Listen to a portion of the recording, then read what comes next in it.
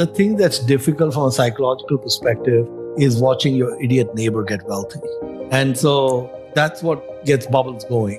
In the 1920s, we had a major bubble in automobile companies. So any company with the name motor in it would go crazy. And we had hundreds of auto companies. That's because all these bubbles have a kernel of truth. And the kernel of truth at that time was that the horse is history. That was true. Okay, the horse was history and automobiles were going to be huge. And that was also true. So there's always a kernel of truth around which a bubble gets built. But eventually, 99% of those businesses turned out to be bad investments for investors. Okay, it was terrible. Then in the 1960s, there was this tronics boom. So if you had a company with the name ended in tronics, it got spectacular valuation because it was all about microelectronics and transistors and how that was going to transform stuff. And that was also true. I mean, semiconductors and all of that have transformed our lives beyond belief.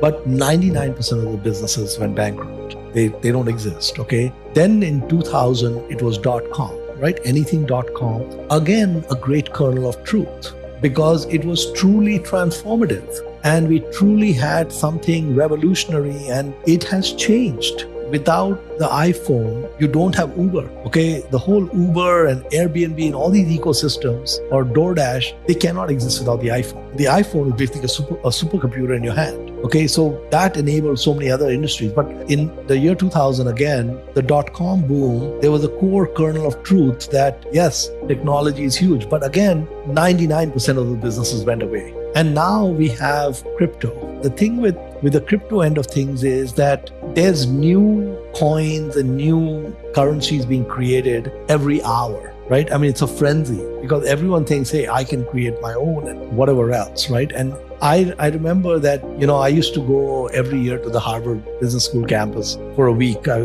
was doing executive ed with them. And we would meet the MBA students for one night for dinner, Wednesday night. And every year, the MBA students were very polite because they knew that we were an industry, we could give them jobs. They were very polite and, on best behavior and whatever else and passing you their resume and all of that, right? In 1999, in early 2000, this was in February 2000, when I was on the Harvard campus, the MBAs weren't even interested in coming to dinner. Okay, it was hard. Their professors put a lot of pressure on them saying, listen, you signed up for this thing. You don't show up, I will take it out elsewhere. So their arms were twisted to come for dinner. And at dinner, they told us, listen, man, all of you guys, a bunch of dinosaurs. In about 6 months, my net worth is going to be 5x what your net worth is. I got this startup, I got the VCs, I'm going to disrupt the chemical industry, I'm going to disrupt the thrash industry, I'm going to disrupt the pets industry, and I'm going to do this and that, whatever else. When we went back in 2001, things had gone back to normal. Yep. They were very polite and they were giving you a resume and all of that.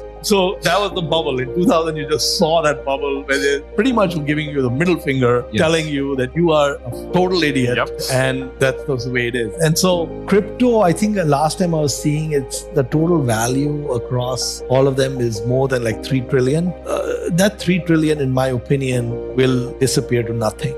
And it's not that big because global wealth is about 500 trillion, but the 3 trillion is concentrated and it's in it will hurt a lot of people. I mean, if you take all the crypto to zero, that hurts a lot of people. So Charlie has a different view on this. I think he said recently that the current bubble is bigger than the .com bubble. And I actually thought the .com bubble was a lot bigger than the current bubble. The current bubble is, for the most part, limited to crypto and limited to maybe at the outer end, 20 stocks. So you definitely have a bubble with GameStop, with AMC, and you may have a bubble with stocks like Tesla.